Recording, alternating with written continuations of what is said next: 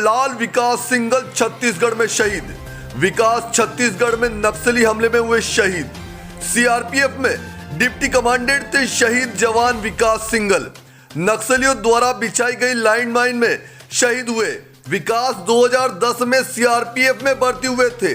शहीद जवान विकास का पार्थिव शरीर शाम तक पहुंचेगा अपने गांव। शहीद जवान के परिवार और गांव में फैली शोक की लहर। एडीएम अमित कुमार सिंह ने की शहीद होने की पुष्टि। विकास नई मंडी थाना क्षेत्र के पंचेड़ा गांव के थे निवासी।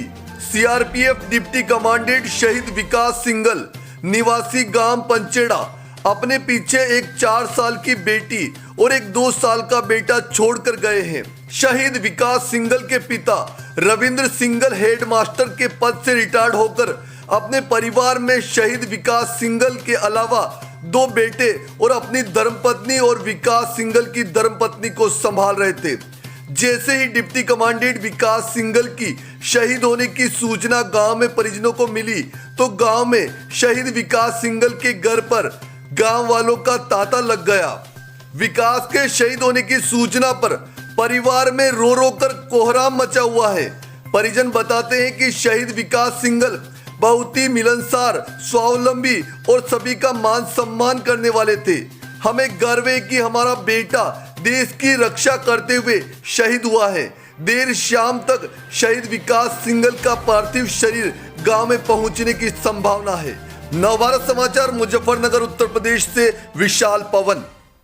प्रधान जी, क्या मामला है शहीद की?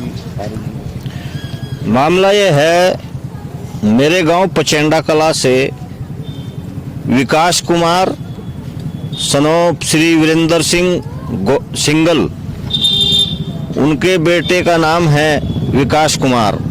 वह मध्य प्रदेश में उनके बच्चे रहते हैं और छत्तीसगढ़ में ट्रेनिंग पर गया हुआ था। कमांडेंट है, तो वहाँ से जैसे ही गाड़ी में से उतरा, माइनर बिछा हुआ था नक्सलवादियों के द्वारा। जैसे ही पैर उस पर रखा गया तो तुरंत ब्लास्ट हो गया है और वह हमारा बेटा शहीद हो गया है। हमें हमारे पूरे गांव को गर्व है कि हमारे बेटे का इतिहास में नाम लिखा गया है। ऐसे ही हमारे गांव के लांस नायक श्री बच्चन सिंह जी कारगिल की चोटी पर युद्ध लड़ते लड़ते पाकिस्तान से शहीद हुए थे 1999 में। तो ये दूसरा बेटा है हमारे गांव का।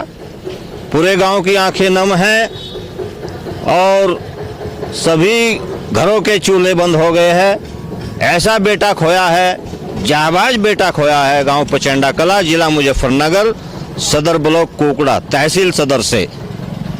तो आज सम्मानजनक शाम को 5 बजे उनका अंतिम संस्कार किया जाएगा। सरकारी अमला भी अंतिम संस्कार में रहेगा। एसडीएम साहब, कप्तान साहब, डीएम साहब और हमारे माननीय मंत्री संजीव बालियान जी भी, माननीय मंत्री श्री कपिल देव जी, पुरका जी विधायक विधानसभा प्रमोद ओटवाल जी और हम सभी ग्रामवासी उसमें रहेंगे और नम आंखों से उसका अंतिम संस्कार करेंगे। जय हिंद, जय भारत। क्या प्रधान जी आपकी किसी वहाँ पे बात हुई है, उन्होंने कुछ और बताया? इसके अलावा वहाँ किसी ने कुछ नहीं बताया। यही बताया है कि ऐसे वहाँ ट्रेनिंग पर गया हुआ था छत्तीसगढ़ में और वहाँ पर माइनर पर पैर रखा गया।